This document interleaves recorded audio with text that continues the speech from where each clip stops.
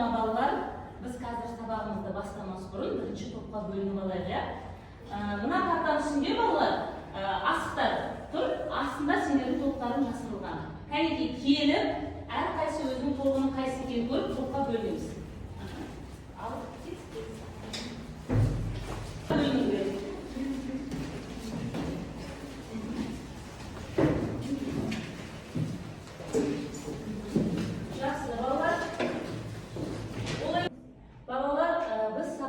Бастамас бұрын сыныбымызда жағымды психологиялық ахуал қалыптастырайық, әдеттегідей. Кәнекей, шырылдады қоңырау, біз сабақты бастаймыз. Тақтамызға отырып, жан-жағымызға көз тастаймыз. Жаңа білім алуға алға қадам жасаймыз. Жарайсыңдар балалар. Балалар, біз қазір кімнің шығармасын оқып жатырмыз? Бердібек Соқпақбаевтың қожасы, сабақты өтіп жатырмыз, сендерге үйге оқуға бергенмін. Енді оқығандарымды тексеру үшін қазір тақтадан сұрақтар шығады, соған жауап береміз. Ал бастайық. Кіммен айтайын сол? Мысалға, не дейді бірінші сұрақты?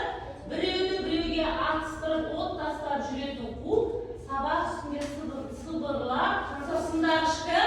Сыртындағы айталыш? Жантас. Кәмеде көрейік. Дұрыс екен, жарайсың ұрылбек. Отыра ғой. Өздерінің алдарында балалар домбыра тұр бағалау.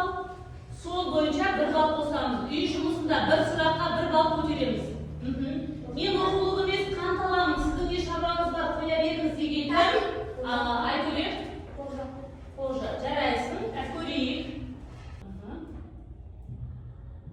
Дұрыс екен балалар? Дұрыс екен. Бүгін орнына барып айтатын шығарсың бе? Қай мұғалім айтты? Кім айтады? Дамена айта ғой. Көрейік баба тексеріп. Жарайсың, отыра ғой. Бір бал аламыз, балалар? Енді келесі сұрағымыз.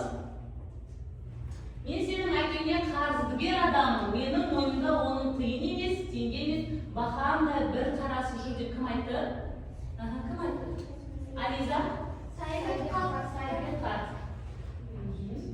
Балалар, мен сендерге менің атым Қожа повесін толық оқуға бердім. Оқыдыңдар ғой, Оқыдым. Енді барлықтарын тақтаға қараңдаршы. Мына суретте сол повестің қай кезеңі берілген? Қараңдаршы. Ойланыңдаршы. Жанар не істеп тұр? Өлең оқып жатыр. Қай сабақта өлең оқып еді? Орыс тілі сабақта. Жантасының түрі қандай болып тұр? Уланып отыр. Ал Қожа болса не істеп тұр? Уайымдап тұр. Өйткені ол не істемеп еді? Жаттамай келген еді.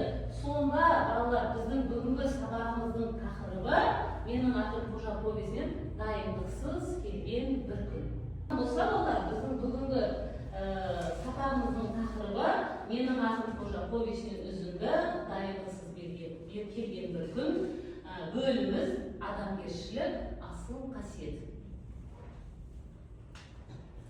Біздің оқу мақсаттарымыз әдеби шығармадағы екі нәрсені салыстыра суреттеулер мен қарама-қарсы суреттеулерді табу. Кейіпкерлерді шынайы өмірмен салыстырып бағалау. Сабақтың мақсаттары Бердібек Соқпақбаевтың менің атым Қожа повесіндегі кейіпкерлердің портреті мен іс-әрекеті арқылы образдарын ашу. Кейіпкерлердің іс-әрекетін шынайы өмірмен салыстырып бағалау. Шығармадағы кейіпкерлер портреті мен іс-әрекетіне талдау жасайды. Шығармадағы кейіпкерлердің әрекетін қазіргі өмірмен салыстыра бағалайды. Балалар, қазір біз мына тапсырманы жалпы орындаймыз. Қараңдар, семантикалық карта бойынша кейіпкерлер образын сәйкестендіреміз. Кейіпкерлеріміз мұғалім, қатал, әділ, мейірімді. Қай мұғалім? Сабира Майханова. Дұрыс айтасыңдар. Қу, өзімшіл, қызғаншақ, жігерсіз кім? Жантас. Аңғал, адал, сенгіш кім? Қожа. Енді осы біздің айтқан жауабымыздың дұрыстығын тақтадағы жауаптар арқылы тексерейік. Дұрыс бекен балалар? Жарайсыңдар. Қазір мен ұлттық тапсырма беремін. Және де бұл тапсырмада сендер 2 балл аласыңдар. Сәйкестендіру кестесін жасайсыздар. 2 адамға беремін. Түсінді ме? Қазір мына екеуіне. Осы жерде сендер шығармалардың кейіпкерлердің іс-әрекетін анықтайсыңдар. Кейіпкерлердің іс-әрекетін сәйкестендіресіңдер. Және де дұрыс жауап болатындар 2 балл аламыз. Жарай ма? Өздерің белгілі болып бастаңдар. Болыңдар, жылдам.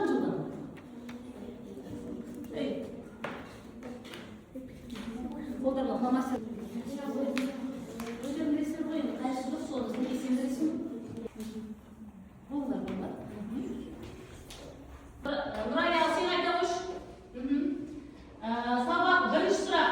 Сабақты алфавит қуаламай кімнен сұрақсыз, одан сұрайтын кім? Анфиса Михайлова. Жақсы. Тізім бойынша бастан төмен қарай сұрайтын қай мұғалім? Майқанова. Балқаға қысты кеш аттамай келген кім? Қожа. Екілі қалған кім? Жаттамай келіп? Жантас. Олай болатын болса, балалар, біздің оқушылардың жауабымыздың дұрыс-бұрыстығын экранға қарап салыстырамыз.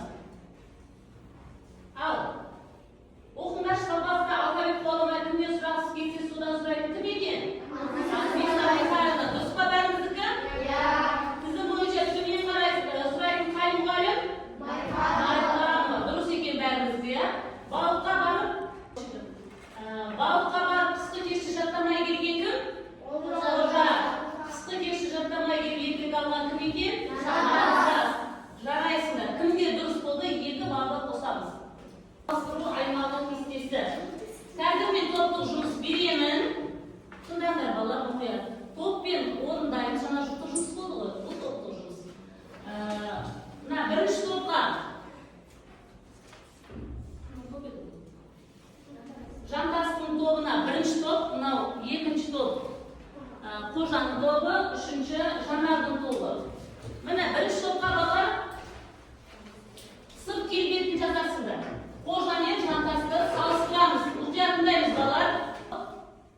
Таминаның тобы. Мінезін Қожа мен Жантастың мінезін жазасыңдар.